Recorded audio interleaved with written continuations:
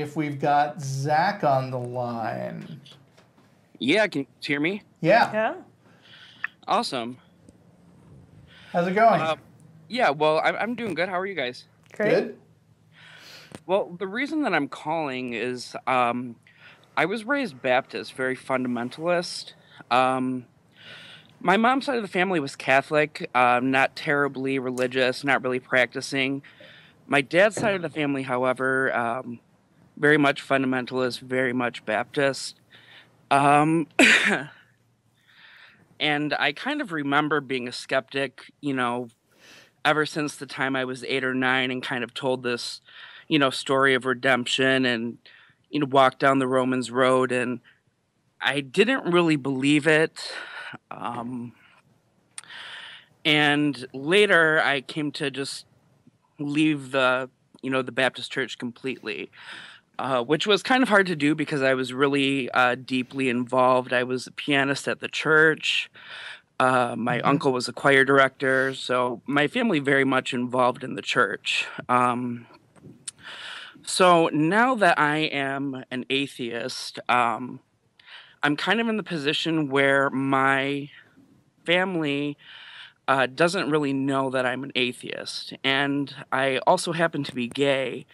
And I'm kind of the mindset that, especially with, coming out as gay, that you don't really have to be out to everybody. I know your co-host, Matt Dillahunty, is very much of the opinion that, if you're an atheist and you can be out and you could do so without having negative ramifications or any bad consequences, that you should do so.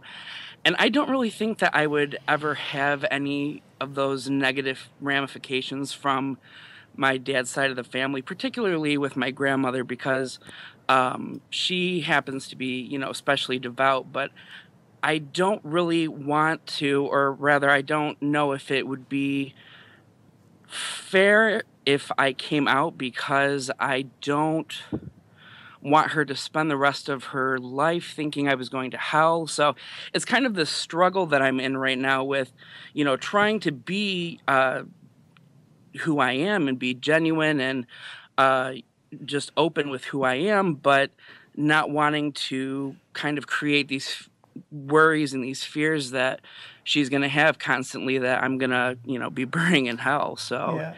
That's kind of where I'm at right now. It's interesting. When I hear something like this, I always think of this as a really good example of Christian privilege.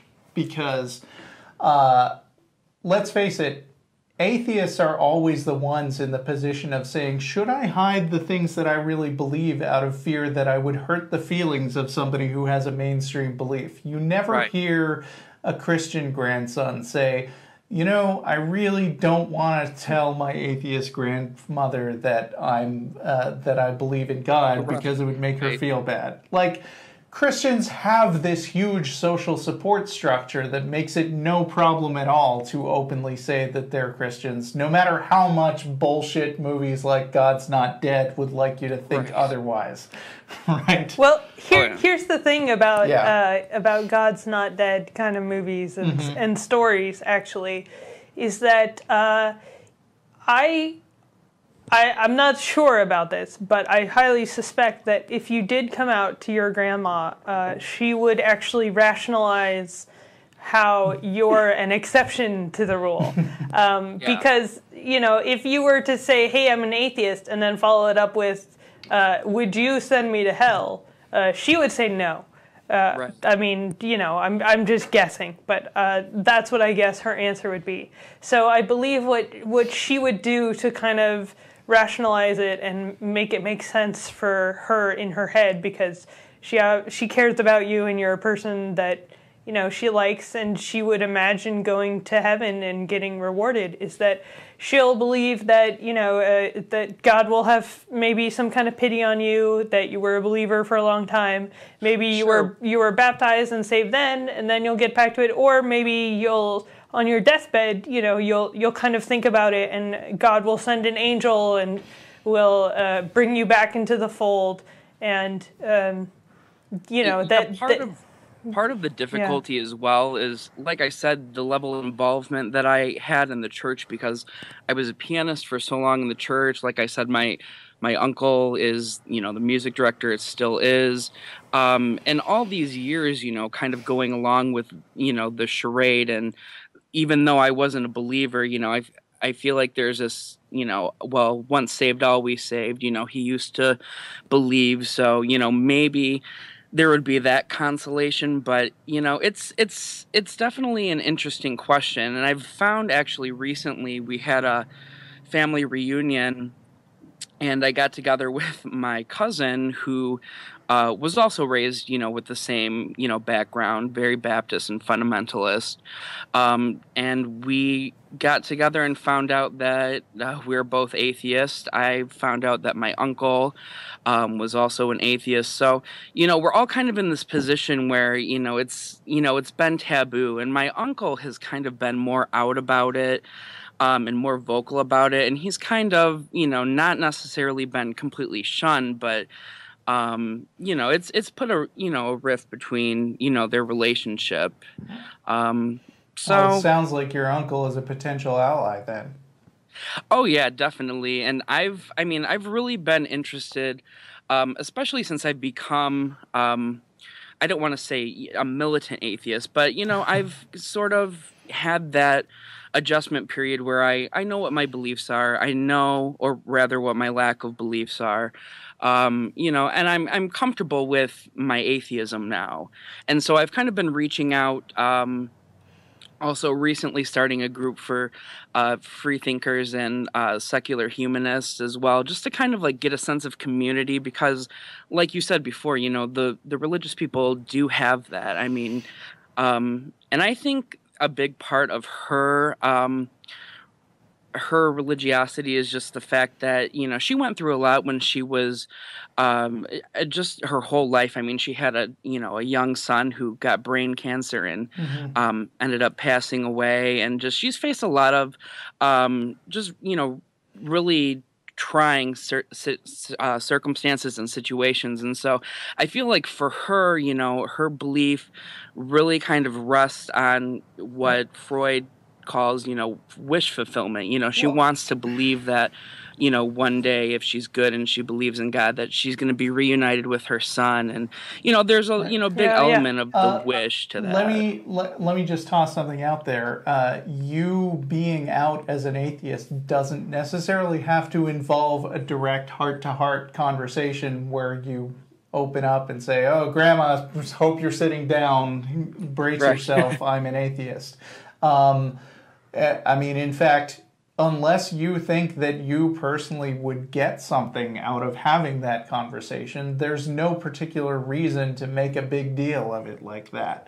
That said, your fears of how your grandmother will feel should not prevent you from being open and honest with anybody else in your life that you feel you can talk to.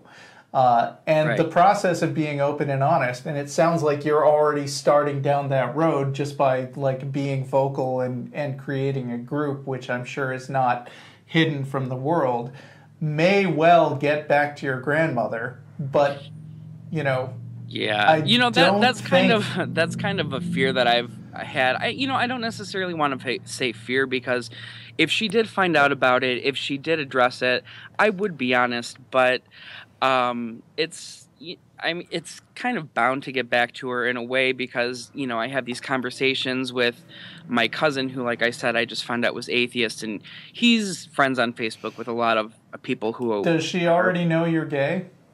No, that's also something too. So it's like, it would kind of be like, a double whammy, like, oh, by the way, I'm atheist, oh, and I'm gay.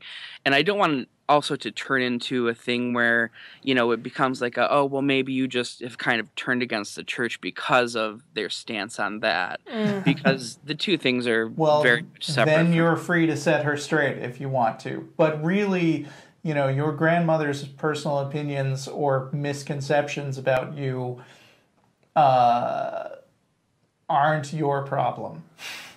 Yeah, right? I understand that. And I think the reason I'm struggling with this coming out as an atheist is because of a similar struggle that I had in coming out with being gay. Because I mean, I know you guys have a little bit of a different experience not ever having been brought up in, you know, that sort of indoctrinating environment. But Oh, I was raised religious. What's that? I said I was raised religious. Oh, were you? Okay, because I know Russell wasn't. But I was not. Lynnea definitely was. Yeah. Okay. But I mean, you know what I'm talking about. Then it's just kind of a tricky situation. But I just spent so much time lying to myself and, you know, suppressing who I was as a gay man that now that I'm an atheist, I'm kind of getting that sort of angsty feeling as well. Like, you know, it kind of feels dishonest and lying in a way because I'm not being, you know, I'm hiding part of who I am. I'm not necessarily coming out with it and saying, you know, here I am, but I'm making an effort to suppress it. And that's, I think, what's starting to kind of eat away at me a little bit.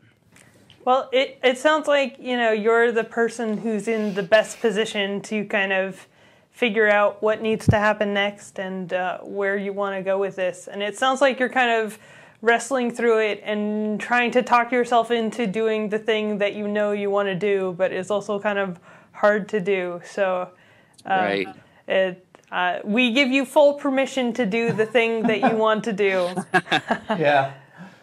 Well, very good, very good. Well, thanks for taking my call, guys. I definitely appreciate it, and can't say enough good things about the Atheist Experience. It's definitely been helpful for me. So Okay. Great. Nice talking to you. Thanks, guys.